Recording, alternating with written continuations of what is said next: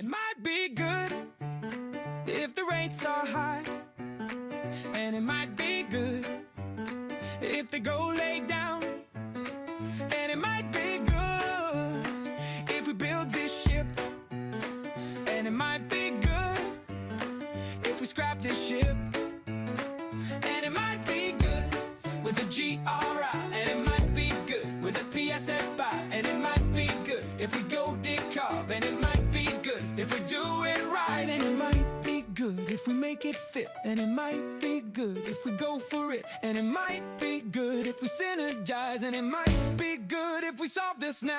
Hey!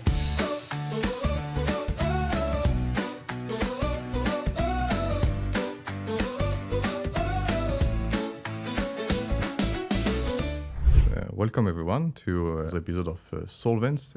I'm today with a long-time friend, Nicolas Romero. Thank you, Nicolas, for coming. Thank you, Nils, for inviting me. All right. We talked about it. This is not meant to be a form of interview or such, right? It's a discussion. You don't believe it, maybe, but people are interested to know about figures in the industry that have shaped it or shaped people, and we believe you're some of it. Who is Nicolas Romero? Who is Nicolas Romero? It's a good question. Actually, I don't believe there's one Nicolas Romero. I believe I'm several ones. One is, of course, the professional working in the shipping industry, passionate for his work. There's a father loving his daughter, 20 years old, and a wonderful family. Of course, there is a brother, the son, the friends, and all of them are behaving quite differently, actually.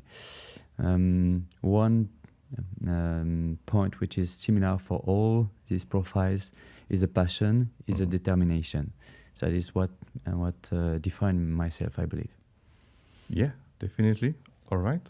And when we think about where all those Nicolas Pearl started, where was that?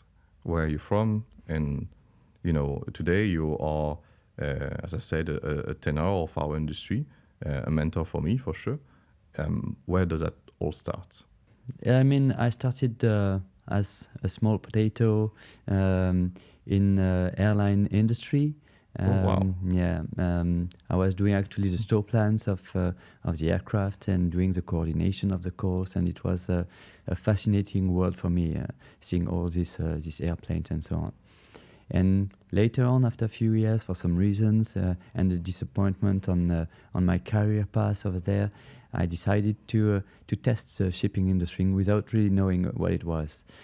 My goal was to stay a couple of years, take the knowledge, bring that into my CV, and go for the next adventure to complement it.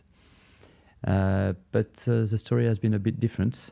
The journey has been a bit different. My couple of years translating into 22 years, still of passion, evolution, new roles, new challenges, and definitely it has been a short period of time for myself. I waked up with gray hairs and a daughter of 20 years old. So just defining that the passion has been driving myself since always. Okay, wow. Can you tell us a bit more of what were the drivers for you, within shipping? So you said that you joined after airline or aeronautique. Where did you start it? In the shipping? Yeah. So in the shipping, I started the very first for a few months. I was in between operations and planning. Few months after, I started as a planner, ship manager, doing store plans of the vessels, coordination, and so on. This lasted for a couple of years, a bit more. I was on the service named Around the World. Very interesting and very important for me, because it was all the different cultures also associated. During the Round the World, it was not only the job, but it was the cultures you were facing. A couple of years later, I worked as an operation manager for Caribbean and West Coast South America. And Then a couple of years later again, I extended that to Latin America, Brazil, Asia, Brazil, and Latin America trade, generally speaking. I continue my career path to US West Coast, then entire US, then all what we call East-West trades, Asia, Europe, Asia, Mediterranean, Asia, US. And then I continue my progression to take the entire world and the region and so on. So this was my first, I would say, career path. And recently, I also had the opportunity to continue my growth and where I want to head, going into a region and being an expatriate, because all this I've been doing in the past was always in the same location so far. All right. For the people that don't know everything about the jobs you have held, how would you describe storage planner, storage manager job? What are the key features and maybe a cherished memory you have of your days as a planner? I think the main skills on this job is structure. It's a lot of structure, having your routine, being cautious, paying attention.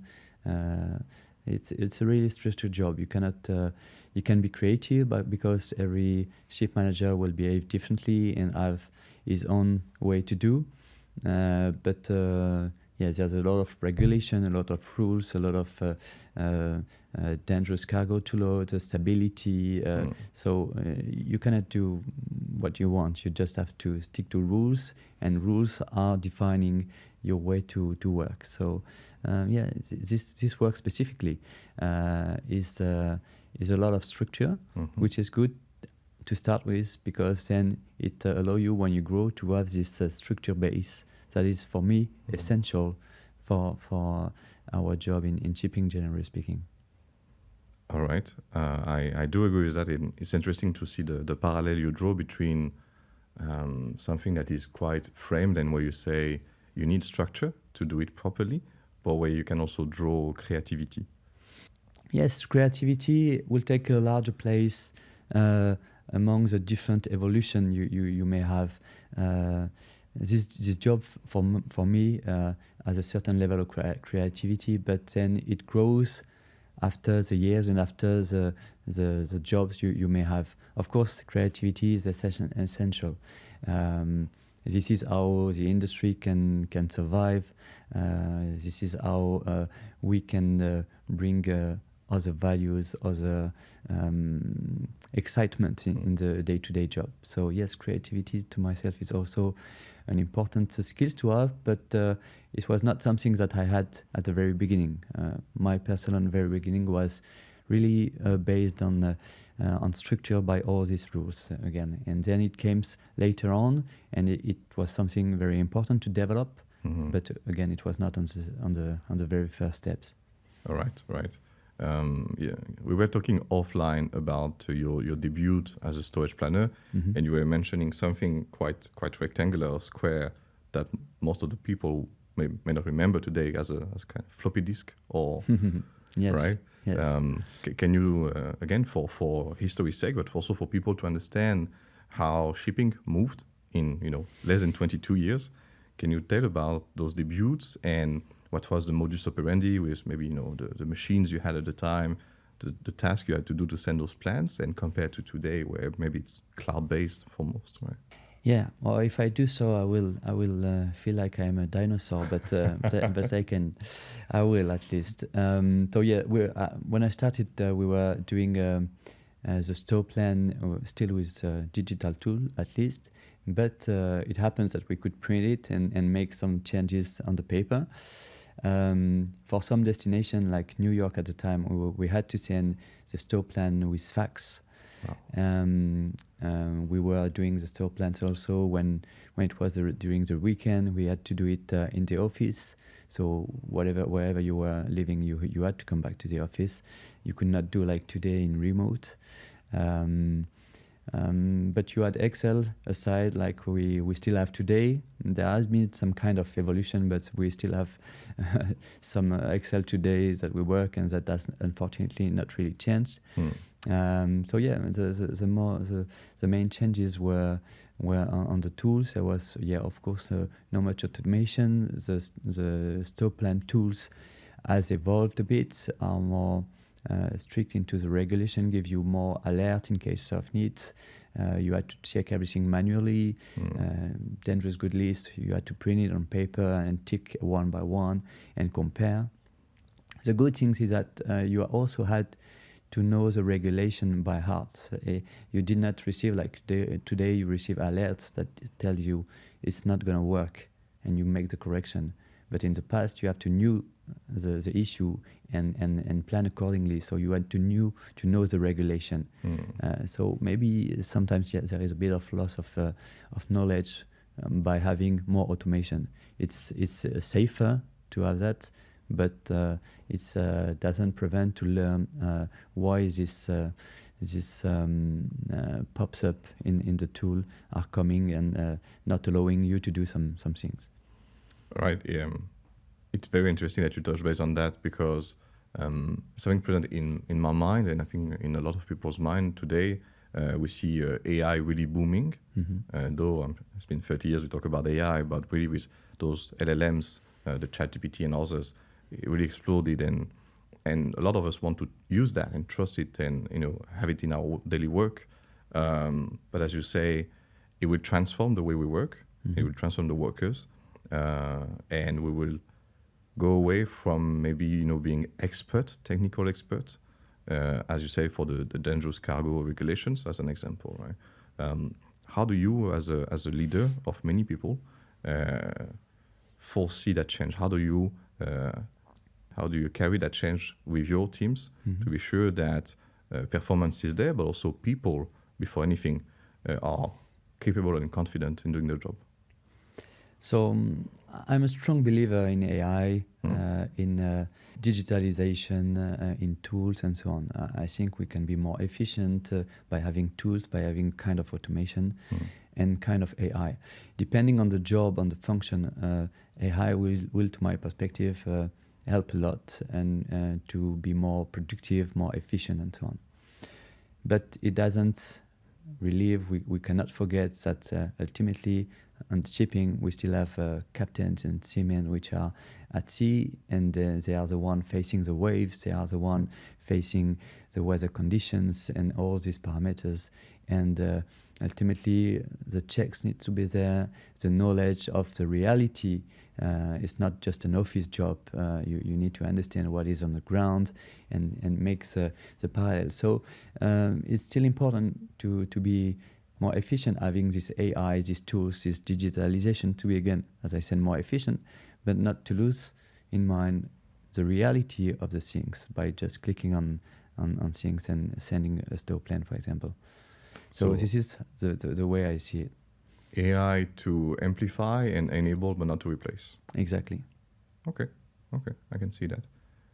If I can come back on one point, you mentioned something that may surprise the listeners. You said that you were doing store plans in the weekends, and I imagine at night. There's a true reality on that, is that shipping is a 24/7 job, and I dare to say maybe even more for operations people. How do you live that experience of, in your 20s, suddenly being asked, to work when needed, right? So it's not literally 24/7, but it's exactly as it says, when needed. How did that contribute to your dynamism at work, or to your, if you may share, your personal life, because you managed still to grow a family, a daughter? I'm sure you have plenty of side activities. How did that 24/7, equate to all of that? First, when I started, as I said, in airline industry, I was working like in shift, so either the morning or the afternoon or the night, and having a weekend out of 5 or 10. So then when I came to shipping, working at night, being called during the weekend, was not something new. So all my career was phone calls during the night, during the weekend. So it's something, it's kind of habit for me. For me, this is the norm, I would say. This is not working just during normal hours is for me what is different. Okay. So I could not say, you could say, but it would be a lie to say, okay, really it's impacting myself working the weekend or the night, I don't like it, etc. But I've been shaped this way. So the reality is that I'm used to it and that's it. So it's not a problem for me today. Then the work balance somehow, because working 24/7, you mentioned about your life, family, your side activities and so on.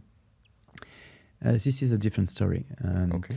I was not very mature for quite a long period of time, and I can say that I'm just discovering it now, the importance of the work-life balance, of how you handle your family life and your professional life. So I will not be a good example to my perspective. I still managed to have a good life, I believe, with my family, but I might have done it differently, knowing the current situation, knowing what I know today. I'm learning from the new generation, actually.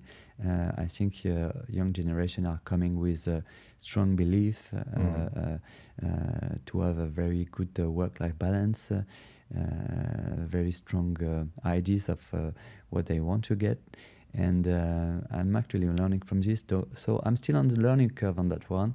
I'm still trying to improve myself sooner or later. That's always a positive point.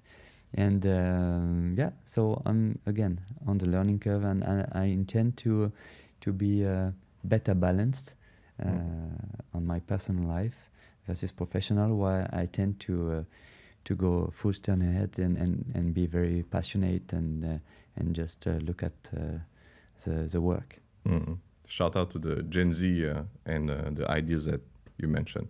Mm-hmm. Okay. It's very interesting. I would say that the fact that you today reflect on it is insightful for us.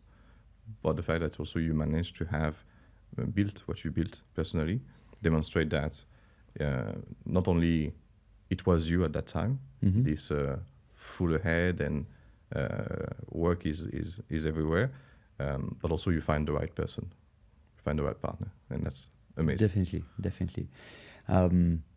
To go a bit more in details, of course, you need the right partner, which is what makes you powerful.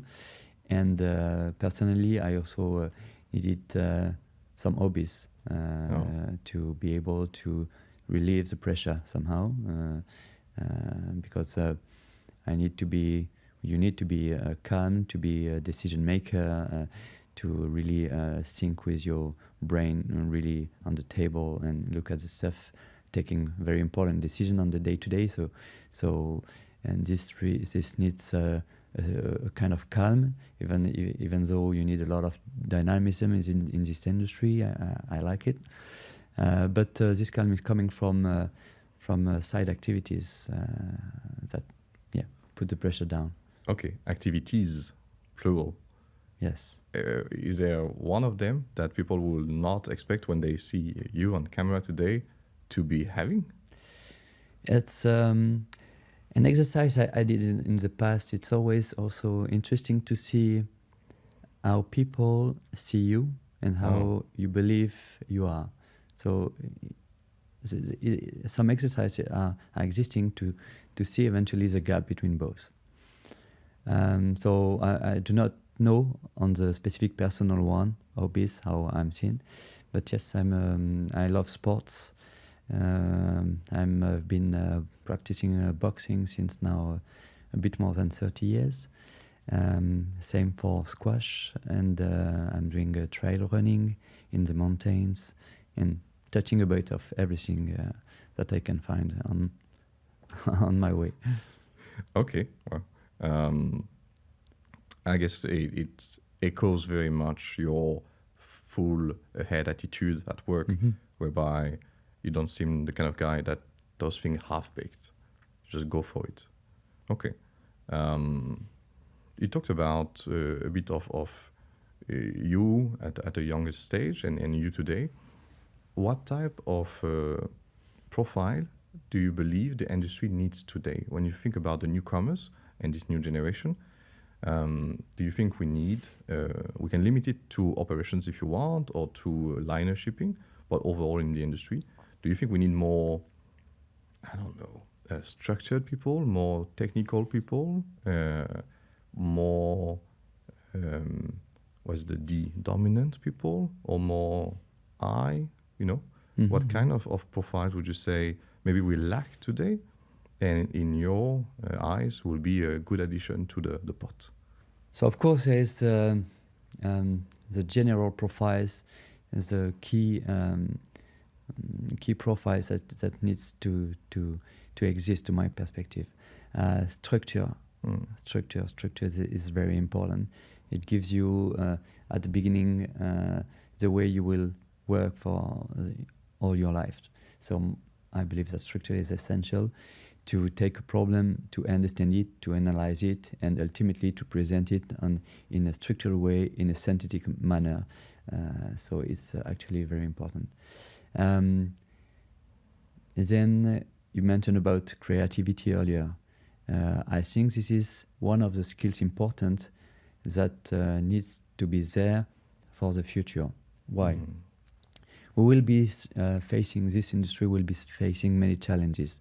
Weather conditions, we know the situation in Panama Canal, in Manaus with the dry river, and many other locations. These events will happen more frequently. In parallel of weather condition, you have geopolitical events that you do not control. And many other points like this, and regulation which continue to be stronger and stronger years after years. All these items brings the shipping industry to a different mode whereby your cost will be up, you have to drive your cost down, and you have to be creative also to do so, and you have to be creative to keep your customers on board.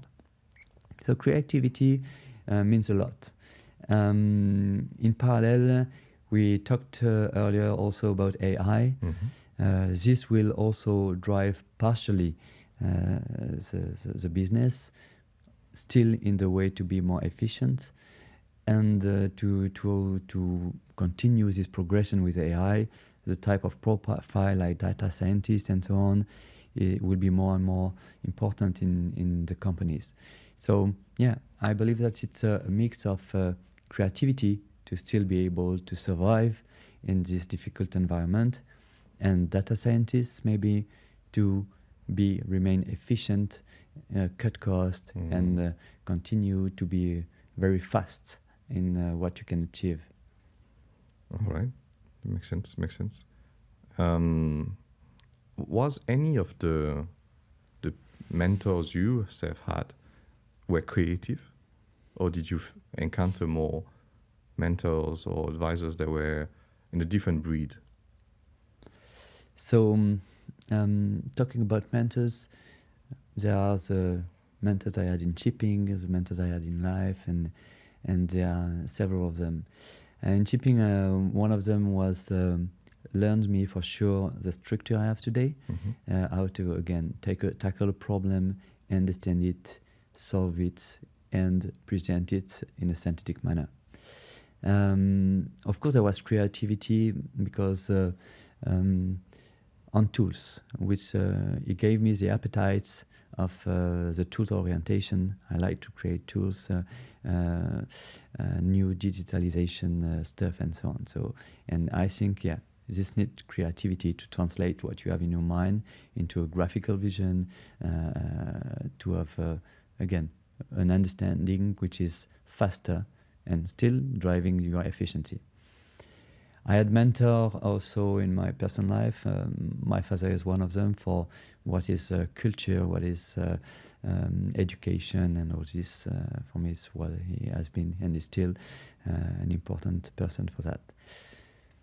I can say that my wife, to a certain extent, is driving me on the back office, if we can say so. So yeah, it's 3 different mentors. I met others, of course, but I would say that these are the 3 main mentors I had. Great. Clearly, your shipping journey, has been synonym of growth, both as a career but as a human also. Can see that. Going from a team of, how big was your team of first storage planners? How many people was there? Maybe 3. 3. Mm-hmm. Your last team before you switch your orientation was how many? So in the head office was 300, and across the world 1,800. Yeah. All right. Growth is an euphemism. Did you do things differently between having 3 and having 1,800? And if I may add to that question, what were the challenges you faced when there was 3 people? And what are the challenges you face when you have to do a transformation and lead 1,800 people? Yeah, of course, it's different. It's different scales, so different way to proceed. Of course, the very first manager position I had a person that was maybe close to be retired, former Navy guy, very strong, and I was very young, and I had to manage the team, but we managed to find a way to make it happen. So I was at the time spending some time, because it was really important for me to do well and to convince the people, to convince the team, to bring them to an higher level, to accompany them, and to be there for them and to protect them ultimately. But there were only 3 of them. It was quite easy to spend time and continue to do your work and all your other tasks in a decent manner. Then with the evolution with more and more people, then you have to delegate and to drive your team members. It's always tough for me, because I like being with people. I like being with my team members. I like driving them to a higher level, bringing them skills, brainstorming with them, learning from them, giving what I can bring them also. But when you have a much larger team, it's more difficult to be present for all of them. So yeah, trying to do some kind of events sometimes with regularly with N-1s, and also go much down, still have the doors of my office open so anybody can enter in, talk to, being from a newcomer to a very experienced person. I'm there for them, and I will always take the time. So yeah, it's the difficulty is still to manage time. We have 24 hours a day. I would love to work 30, but that's cannot be. So yeah, you have to find the right balance, and also delegate to your team also, but still be present where they need. So they still need to feel that if they need, they just open the door and coming. Mm-hmm. I think it's a key topic for a lot of leaders and maybe especially the young ones. But delegate. Mm-hmm. Of course, for most, not easy at first. It may get easier with time. What do you have a tool or a rule, a habit that allows you to say, I'm ready, and the person is ready to delegate or being delegated the tasks? Some key that could help. So I went through different phases along my career for delegation. The more I was growing, the more I had to delegate. But the first time was something very difficult for me. You tend to want to be always in control. You also have to trust the capacities of your team members. You want to have a certain speed also when you need to deliver the things, which is not always the same as you would like it is. And all these parameters, you need also to adjust the way your mind is set to maybe a different level from time to time, to give the time of the people to try to make it happen better than just saying, okay, they might take too long or it might be as perfect as I like, and so I'm doing it.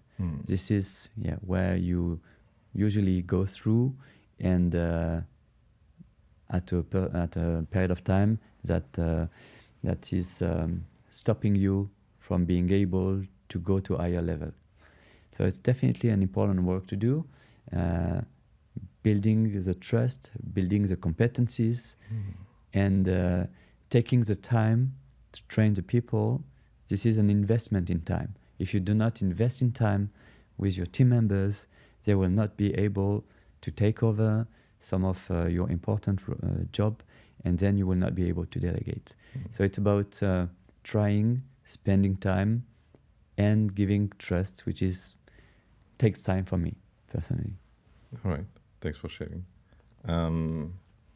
Of course, very often during those conversations, we tend to focus on the positive and, of course, what went super right. But you have been working for 22 years, and again, you moved from an SME, a small-size company, right, to a massive corporation, size at least of teams, right? Would you be keen to share on one maybe situation challenge, being transformation, being people management, being technical evolution velocity that gave you struggle? And then finally, of course, you found the tools and solved it? Yes, I think that the first important challenge that I faced was my first position as a vice president, whereby I've been offered to take over a department, which I was quite against on the way they were working, on the way they were behaving.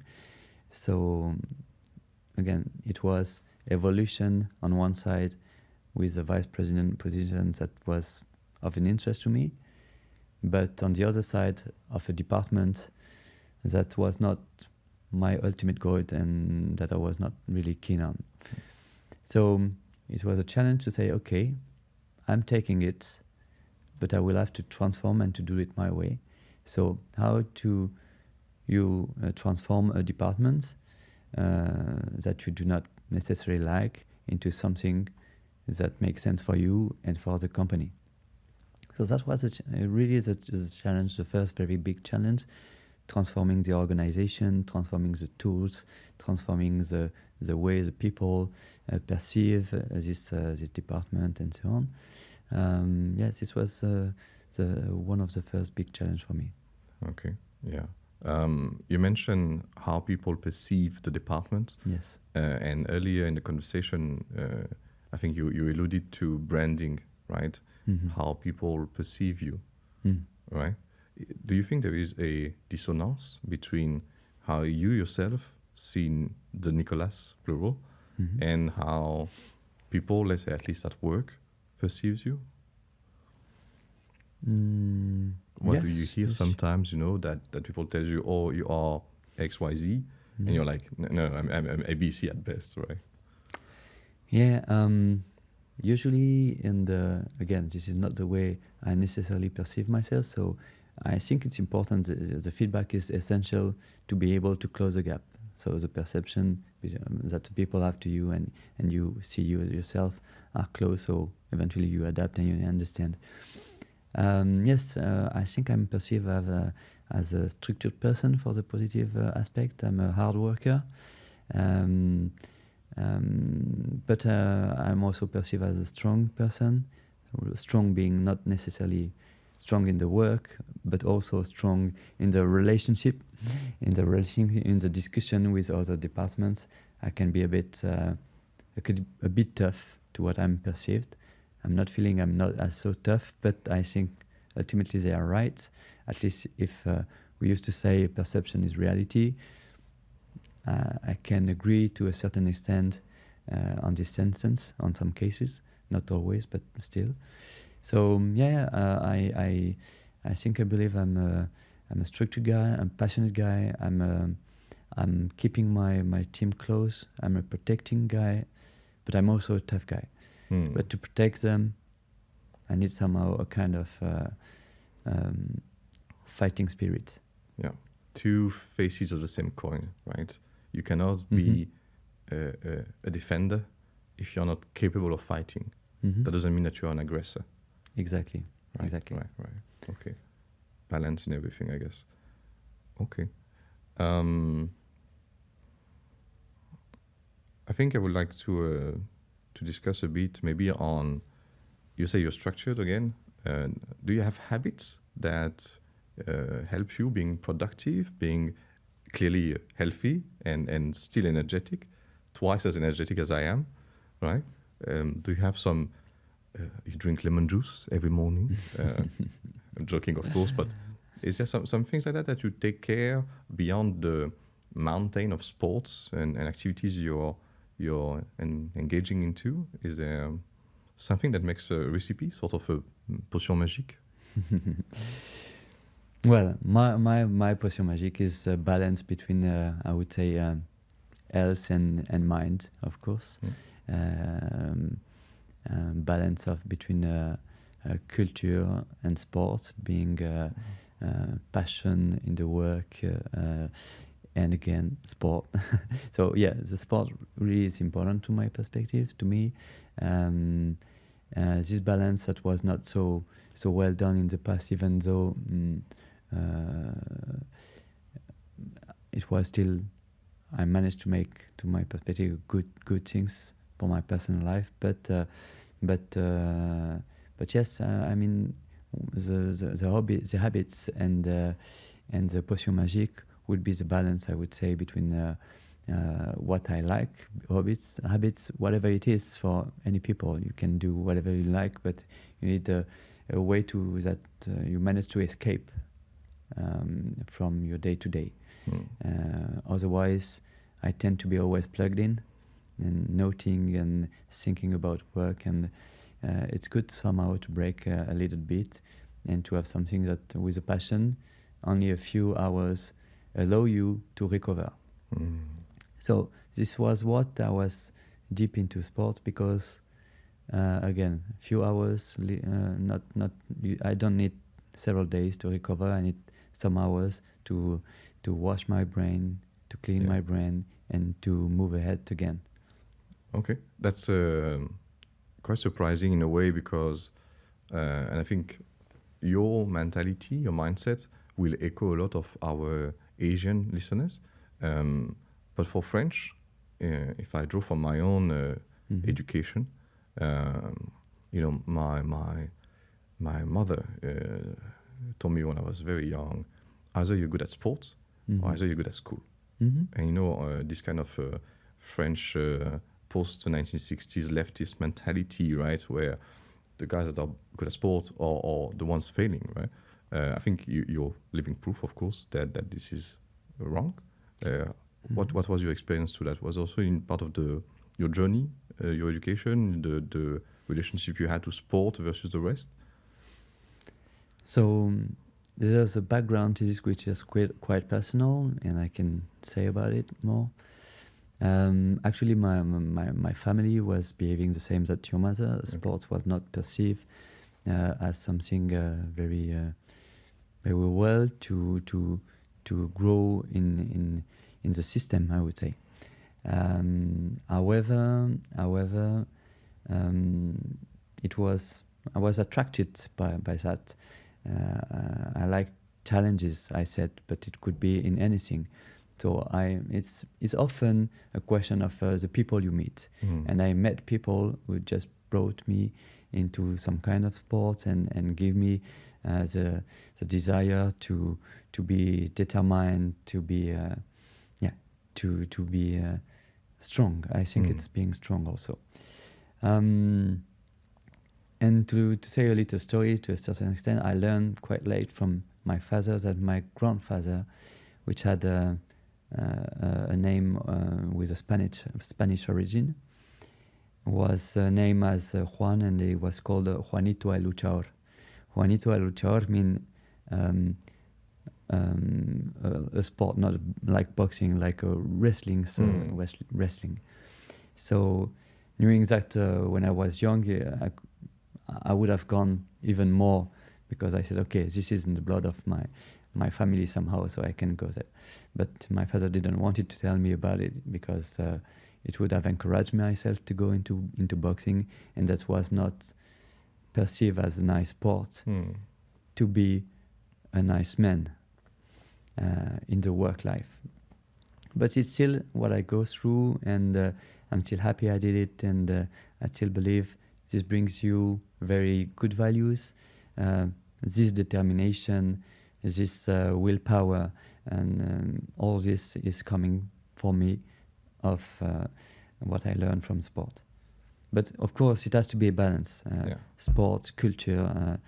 You can go to the opera. I can go to ballet, dancing. I can go to anything. But in parallel, I have this determination coming from somewhere else. Do you? I of course see a lot of myself in it, but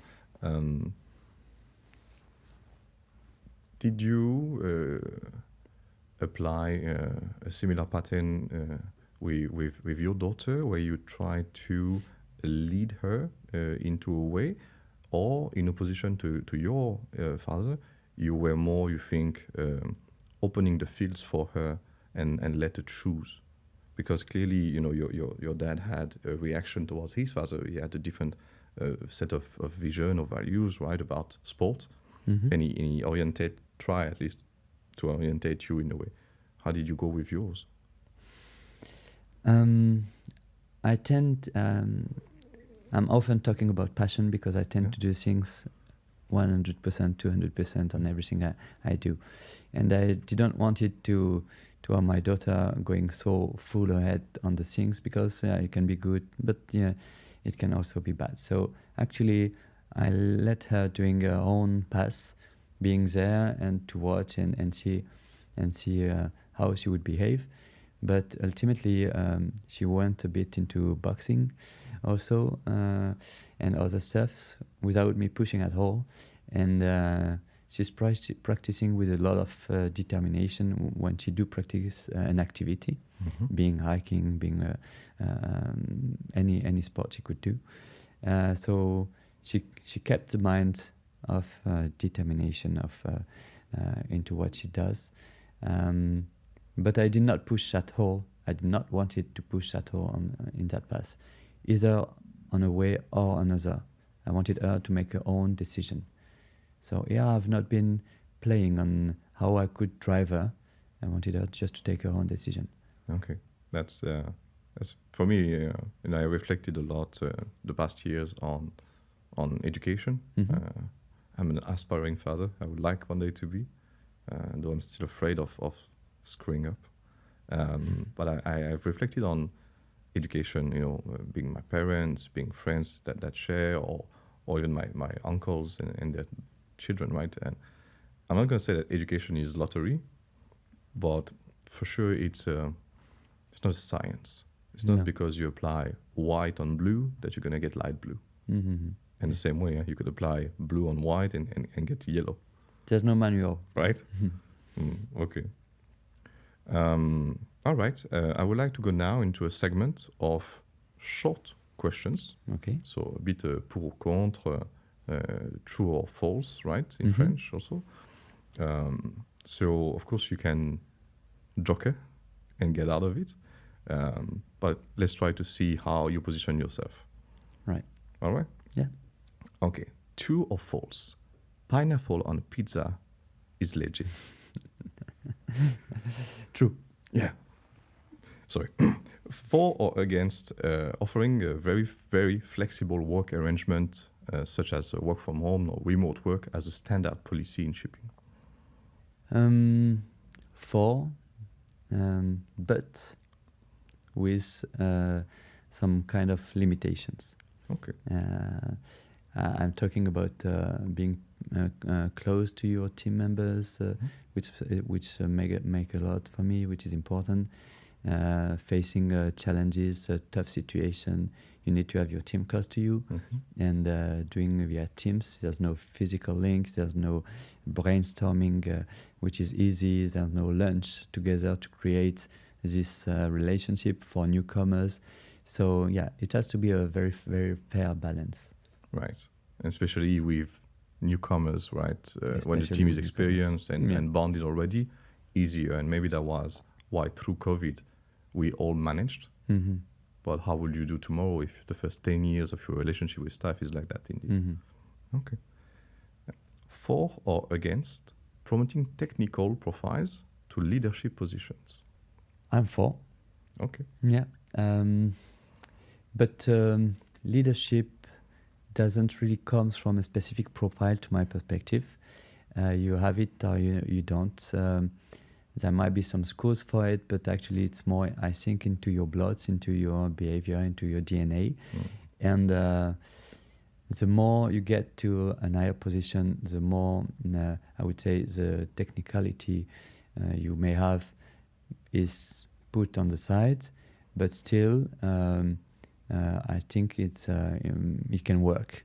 It can work for technical people to access to high position and leader position. It really depends on the profile of the person, how they behave, but it works. Okay. For or against prioritizing diversity and inclusion, as we say today, over skills and technical expertise? For? Okay. Yeah. For. True or false? Nuclear propulsion is a viable alternative to decarbonize and make our supply chain more sustainable.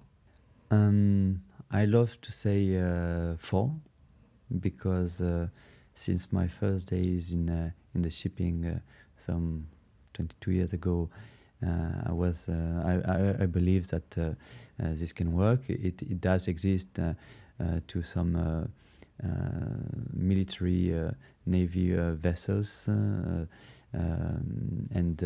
cargo vessels from the military in some countries. So it does exist. It's difficult to have it scalable for the safety reasons and for all the reasons we know.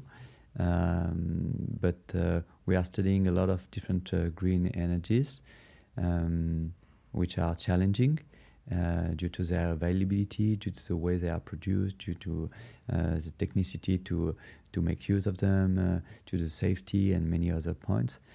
And this energy is quite powerful. So putting still some studies on it, for me, it's important. I don't know if we will achieve it, but we should be continuing to work on it to make it happen one day, because it will solve a lot.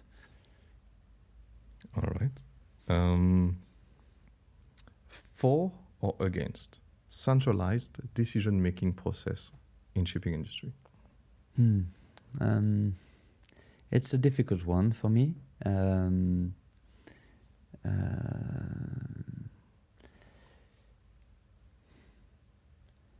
It can work on some industries and on some medium-sized companies or smaller-sized company. I'm not sure it is worth doing it on bigger companies. So which one? The centralization or the regionalization? The centralization. Okay. So overall, at the end of the day, I would tend to say that you need to have some regionalization. The delegation of power is also has to be there. Mm-hmm. When you have headquarter driving being too powerful, it avoids that the local team that you bring there for their expertise, for their knowledge on the ground,